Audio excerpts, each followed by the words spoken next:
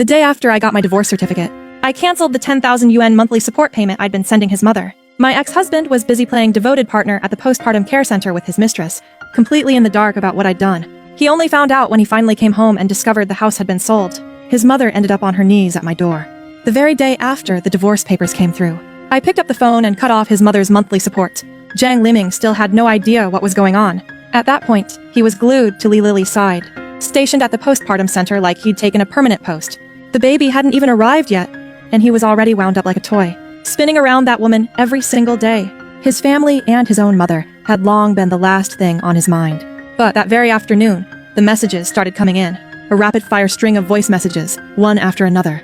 Jimin, what the hell do you think you're doing? Where's my mom's support money? Didn't we agree on 10,000 a month? You want her to starve? How can you be so heartless? I stared at the screen and let out a quiet laugh. I wasn't part of their family anymore. My finger hovered over the screen, but I didn't reply. I tossed the phone aside without a second thought. I felt lighter than I had in years. That night, he called again. The phone rang and rang without stopping. I lazily picked up the phone. On the other end, he lowered his voice. Are you out of your mind? Child support is just basic decency. If you don't pay, what am I supposed to do with my mom? I said calmly. Doesn't she still have you? She fell silent. I knew she was sitting by the side of the other woman's bed, afraid to wake her. I had no interest in listening any further. I simply hung up.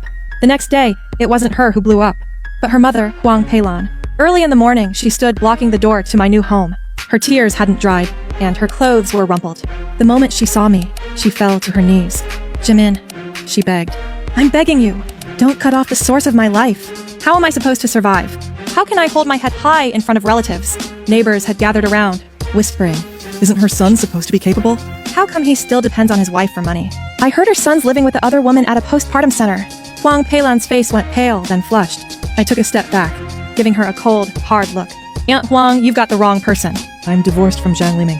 If you want anything from now on, don't come to me. She froze, panic flashing in her eyes. Then her face flushed red as she shouted, Even after the divorce, you still have to take care of me! You think I've cared for you all these years for nothing? I couldn't help but laugh. You told relatives I can't have kids, said I'm not good enough for your son, stirred up trouble between us, had him watch my bank account. When you asked for alimony, did you ever treat me like your own daughter? Each word hit like a knife. She shrank back silently, while the crowd buzzed louder. This mother-in-law is unbelievable! Her son's outliving it up, and she's forcing his wife to support her! They're divorced, and she's still clinging on. Shameless. Huang Peilan's forehead veins bulged, trembling with rage. Just then, Zhang Liming finally came home, holding some supplements in his hand, cradling his mistress in his arms, looking completely lost. Huang Peilan immediately rushed over, sobbing uncontrollably. Amin. She sold the house, and cut off my money too. Where are we supposed to live now? I quietly leaned against the doorway. The house was sold. That was my own decision. The money to buy it came from my parents. You guys never even looked at the title deed, yet took it for granted. Zhang Liming's face went ghostly pale. He lunged forward, grabbing my arm. You're lying. That was our marital home. How could you sell it? I shrugged off his hand, smirking coldly. Have you ever paid a single cent for the house? He had no comeback. His face flushed bright red with shame. Li Lily stood by the door, wearing a look of impatience. Liming, didn't you say the house was joint marital property? Why is he claiming it as his own then? I caught the calculating glance in his eyes. She's not even pregnant yet. She's clearly just after the house and the money. Now that she finds out she's got no claim to the house, she's probably been planning her backup all along. Zhang Liming was starting to lose it. He kept desperately trying to explain. It was clear as day. Don't listen to her nonsense. Trust me. I'll give you a home. But her voice grew weaker and weaker. Watching them, I felt an unprecedented sense of relief wash over me. Years of holding back finally broke free in that moment. I stepped down from the stairs, went around them, and dropped the words coldly. I sold the house, took the money. I'm done supporting Fei Ping. From now on, we're all going our separate ways. As for me, I'm finally free. Saying that, I walked away without looking back. Behind me, my mother-in-law's cries mingled with Zhang Limin's angry shouts. But all I felt was a gentle breeze. The sun was warm. For the first time in years, I truly tasted freedom. I wasn't far away. I sat down at the cafe downstairs, ordered an Americano, watching the missed calls flashing on my phone, nonstop. Over a dozen angry voice messages, all from Zhang Liming.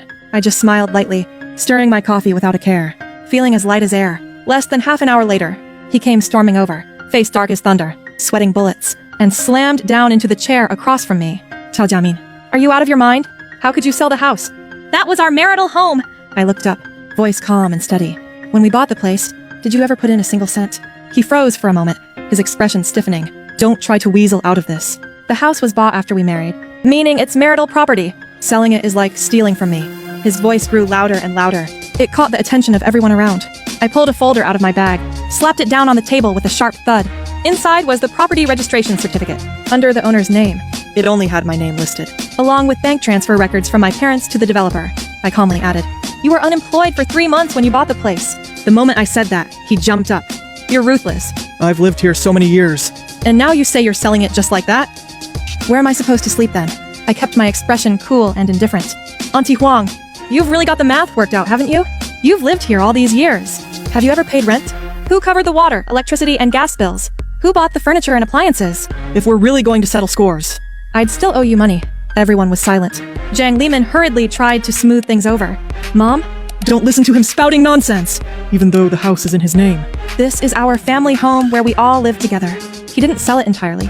I tend to think, This is ridiculous. the law is clear on this. What I'm selling has nothing to do with you. The house has already been transferred.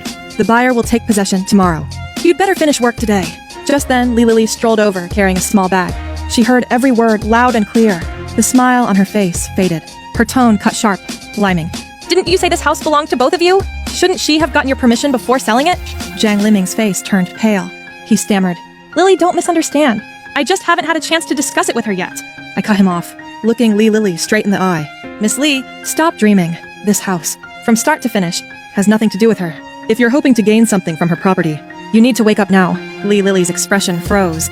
Huang Peilan was fuming, pointing at me and yelling, "You ungrateful wretch! I've worked hard to support you and your wife all these years, and now you repay me with betrayal?" I can only scoff. you must have it all wrong. Throughout our marriage, it's actually been me supporting you both. I've handed over my monthly salary of 20,000 every single month. Your son just lazes around all day. Your contribution barely covers 10,000 in support. So who's really supporting whom here? Around us, people burst out laughing.